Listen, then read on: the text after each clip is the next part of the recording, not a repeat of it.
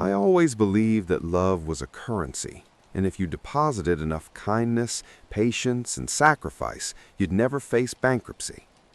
For 15 years, I made daily investments in my marriage to Elena. I was the architect of our comfort, the silent foundation upon which our glittering life was built.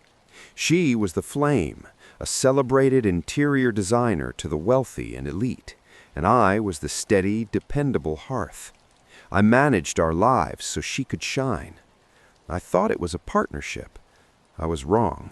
I was an employee, and the moment I stopped being useful, I was fired. It began, as these things often do, not with a bang, but with a series of small, paper-cut dismissals. Our twins, Ava and Liam, were 10. My freelance graphic design work allowed me to be the default parent. School runs, homework, sick days, birthday parties. Elena's work took her to fabulous homes and exotic sourcing trips, Milan, Marrakesh, Bangkok. She'd return with lavish gifts and tired smiles, her mind already on the next project, the next client. The first real chill came on a Tuesday. It was our son Liam's championship soccer game. He'd begged his mother to come for weeks. She'd promised. "Nothing in the world could keep me away, sweetie," she'd said, kissing his forehead. 10 minutes before the game started, my phone buzzed. Emergency with the Kensington project. The marble shipment from Italy is wrong. I have to video conference with the supplier, their time zone. Tell Liam I'll make it up to him. I'll bring him that new gaming console. I read the message, then looked at Liam, scanning the parking lot, his face falling with each passing car that wasn't hers. I didn't show him the text. I just squeezed his shoulder. "Mom's stuck in terrible traffic, bud, but she's cheering you on from the car." He nodded, a brave, heartbreaking lie accepted, and ran onto the field. He scored the winning goal. Elena's congratulatory text came 3 hours later. She'd forgotten the time of the game entirely. That night, I tried to talk to her. She was at her sleek glass desk, bathed in the blue light of her laptop. "He needed you today, Elena. A console isn't a parent." She didn't look up. "Leo, please don't guilt-trip me. I'm building a brand. I'm providing the life we have. My clients are depending on me. He's 10. He'll understand one day that work sometimes comes first." "When does family come first?" I asked, my voice quiet. "Family does come first," she snapped, finally meeting my eyes. "That's why I'm killing myself. For this house, for their schools, for our vacations. You get to be the fun present dad because I'm out there grinding. Don't you dare make me the villain for that." It was a masterful deflection. My role as primary caregiver was recast not as a choice we'd made together, but my leisurely privilege, subsidized by her martyrdom. I was too stunned to argue. The calculus of our marriage had shifted, and I hadn't even seen the ledger. The trips became more frequent, the emergencies more constant. Her phone, once left on the kitchen counter, now lived in her pocket or clenched in her hand, screen down. She developed a new private smile when texting, a lighter, more musical laugh during phone calls she'd take in the other room. "Client," she'd mouth. The client had a name, Julian Thorne. I'd heard it in passing, seen it on contract documents. He was a venture capitalist, her newest and most important client, commissioning a complete gut renovation of a historic penthouse with panoramic city views. He was divorced, charismatic, according to the society pages, and, as I pieced together from fragments of her conversations, deeply impressed by Elena's vision. My suspicion was a slow, toxic drip. I fought it. I told myself I was being insecure, paranoid. She was under pressure. I was the catalyst. Was I our needed wedding to be more anniversary. supportive. 15 years. I planned a surprise renewal of vows, small and intimate, in our backyard where we'd first married. I enlisted the kids' help. Ava designed the invitations. Liam practiced playing a song on his guitar. I hired a chef, dug out my old suit, even found the same florist from 15 years prior. I told Elena I had a special family dinner planned, that it was crucial she be home by 6. At 5:45 p.m., she texted, "Julian has a crisis with the planning board. He needs me to review the appeal tonight. It can't wait. Have dinner without me. I'll make it up to you all tomorrow. Order something nice." The words blurred on my screen. I looked at Ava, carefully arranging fairy lights, at Liam, nervously tuning his guitar. I felt the collapse of something fundamental. This wasn't just neglect, it was eradication. We, our history, our children's effort, were an inconvenient footnote to Julian Thorne's planning board appeal. I didn't respond. I sent the chef home. I ordered pizza. We ate in near silence. "Is Mom okay?" Ava asked, her eyes wide with worry. "Mom's very busy," I said, my voice sounding strange to my own ears. "But we're okay. We have each other." After the kids went to bed, I didn't rage, I didn't cry. I went to my home office, a converted sunroom, and I began to investigate, not as a heartbroken husband, but as a strategist. I accessed our shared cloud account, where she backed up her work documents. I knew her passwords. We'd always had an open policy, or so I'd thought. Buried in folders labeled Thorne Project invoices and material samples, I found them. Not explicit love letters, but something more telling to someone who knew her. Dozens of photos. Elena and Julian, heads bent over blueprints, his hand on the small of her back. Elena and Julian at a vineyard, laughing, a photo taken by a waiter, no doubt. Elena and Julian at a charity gala I'd been too tired to attend. The timestamp was 2 days after Liam's soccer game. There were lengthy late-night PDFs of design concepts sent via email with personal notes in the headers. E, this vision is breathtaking, just like you. J, and Elena, your mind is a beautiful place to get lost in. Can't wait for tomorrow. J. It was an emotional affair, professional on the surface, intimate in its subtext. The fuel for her absence, the reason for my obsolescence. I felt a terrifying calm. This was no longer about suspicion.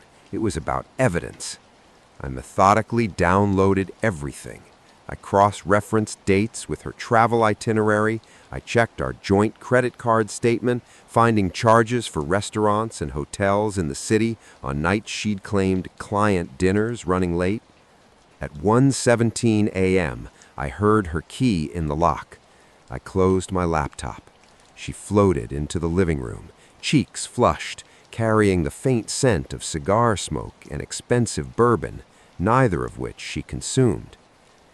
"Long meeting?" I said from the darkness of the sunroom. She jumped. "God, Leo, you scared me. Why are you sitting in the dark?" She flicked on a light, her gaze avoiding mine. "It was brutal. The planning board is full of dinosaurs."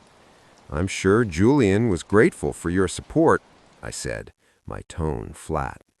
Her eyes flickered to me, a brief flash of alarm, before the mask slid back. "He's a perfectionist. We all are. It's why it works." She yawned, a theatrical performance. "I'm exhausted. I'm going to crash in the guest room. Don't want to wake you." She'd been crashing in the guest room for months. I merely nodded. The next morning, over coffee, I made my move, not with an accusation, but with a declaration. "I'm taking the kids to my brother's lake house for a week. They're on spring break. You're clearly swamped. It'll give you space to focus." She looked up, surprised, then relieved. "Oh, that's actually a great idea. I'm drowning in this Thorne project. A week to just focus would be amazing." Amazing. The word stung. The prospect of our absence was amazing. The week at the lake was a balm "Great," and a I catalyst. said. "We leave Kids, Saturday." free from the tense atmosphere of our home, blossomed. We fished, we swam, we built bonfires. I didn't mention their mother. I watched them and made a silent vow. This would be their new normal. stability, presence. They would not grow up as accessories to their mother's brand. During that week, I contacted an old college friend, a ruthless and brilliant divorce lawyer named Miranda. I sent her the dossier I'd compiled. "I want primary custody," I told her on the phone, my voice steady as I watched the kids skip stones across the water. "I want out, and I want it to be so clean, so undeniable that she can't spin it." Miranda whistled softly. "This is textbook constructive abandonment and emotional infidelity. With you as the primary caregiver, the custody argument is strong, but it'll be a war. She won't give up the image of the perfect family easily." "I'm ready," I said, and I was. We returned on a Sunday evening. The house was spotless in a cold, staged way. Elena was humming, cooking a meal, a rare sight. She was buoyant. "I missed you all so much," she gushed, hugging the kids. She kissed my cheek. "And I had the most productive week. I think I finalized the thorn concepts." "Wonderful," I said, unpacking groceries. "We need to talk, Elena, after the kids are in bed." Her smile faltered. "Sure, about what?" "Our future." The conversation that followed was not the explosive fight she perhaps expected. It was a clinical termination. In my office, I handed her a printed copy of the dossier. "I know about Julian, not just the project, the rest of it." She flipped through the pages, her face cycling from shock to defiance to fury. "You spied on me? This is a violation of my privacy. These are work documents." "Are the notes about her breathtaking vision work documents, Mom?" I asked, my voice icy calm. "Is the hotel charge on a night you told me you were at a trade show work?" She slammed the pages down. "It's not what you think. He's a friend, a mentor. You've never understood the pressure I'm under, the world I move in. You're content in your little bubble with your little projects. Julian sees my potential." "And what do I see?" I asked, leaning forward. "I see the woman I loved. I see the mother of my children who can't be bothered to show up. You didn't just fall for his flattery, Elena. You fell for the version of yourself he reflected back at you, the important, unimpeded star. We became the impediment." "That's not true. I love my children." "You love the idea of them, the photo op, but you don't love the daily, messy reality of them. That's my job, and I'm done making it easy for you to outsource it." Her composure broke. "What are you saying?" "I'm saying I filed for divorce. I'm seeking primary physical custody of Ava and Liam. The children will remain here, in the family home. You will need to find alternate accommodation." It was as if I'd slapped her. You can't do that. This is my house, my life." "It was our life. You checked out. I'm making it official."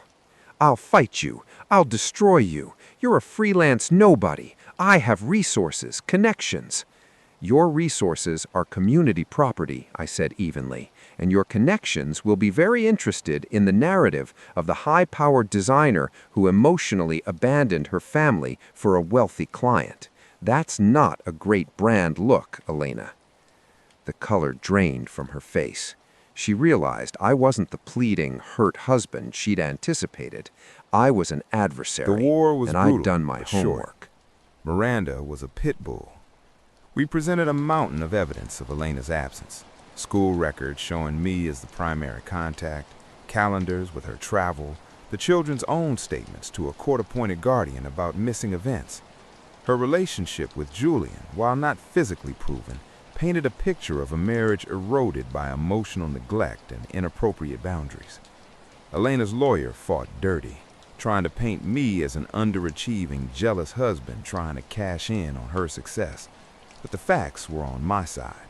In the eyes of the court, I was the constant. She was the variable. The final settlement gave me primary custody. The children would live with me in the marital home, which I would buy out her share of over time. She would have generous visitation, but the anchor of their daily lives was with me. Her financial success meant substantial child support and alimony, which I accepted not for myself, but to secure the kids' future and my ability to remain their primary parent. The social fallout was worse for her than the legal. Whispers about Julian Thorne and the home-wrecking designer circulated in her precious circles. Some clients stood by her. Others, family-oriented old money, quietly took their projects elsewhere. The flawless image was cracked.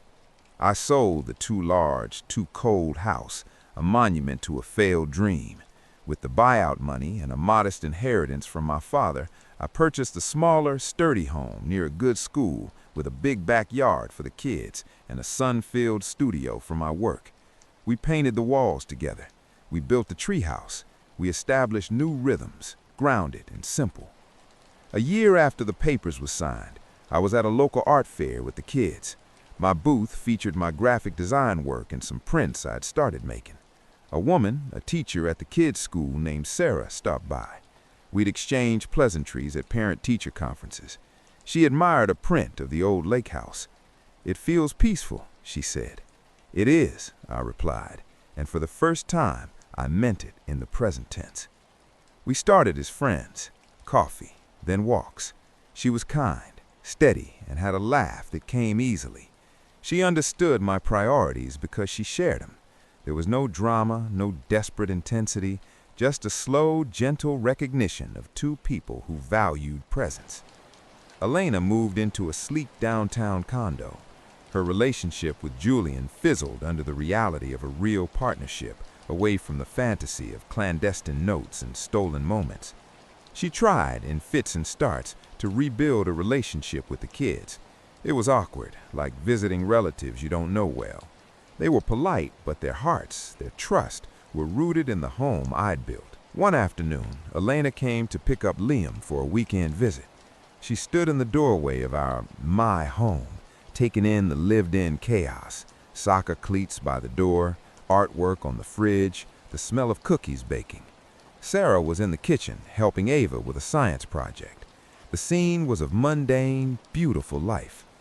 Elena looked at me, and for a fleeting moment, I saw not the formidable designer, but the young woman I'd fallen in love with, buried under layers of ambition and loss. There was a profound, weary sadness in her eyes. "You built a good life here, Leo," she said, her voice quiet. "We did, the kids and I." She nodded, swallowing hard. "They're happy," she said. "They are. They're loved. They're secure. I miss 'em," she whispered, the admission seeming to cost her dearly. "They miss the idea of you, too," I said, not unkindly. "You can still be more than an idea, but it requires showing up even when there's no audience." She had no retort. She just called for Liam and left. I closed the door and leaned against it. The sound of Ava's laughter from the kitchen washed over me. I looked at the prints on my wall, the evidence of a creative spirit I'd rediscovered. I felt the solid truth of the floors beneath my feet, the walls around me. I had traded a gilded cage for a world of real, imperfect, breathtaking texture. Love wasn't a currency to be deposited in a distant, failing bank. It was the warmth in the room you built with your own hands. It was the quiet understanding in a shared glance. It was showing up day after day for the people who mattered. And finally, after 15 years of pouring myself into a void, I was home.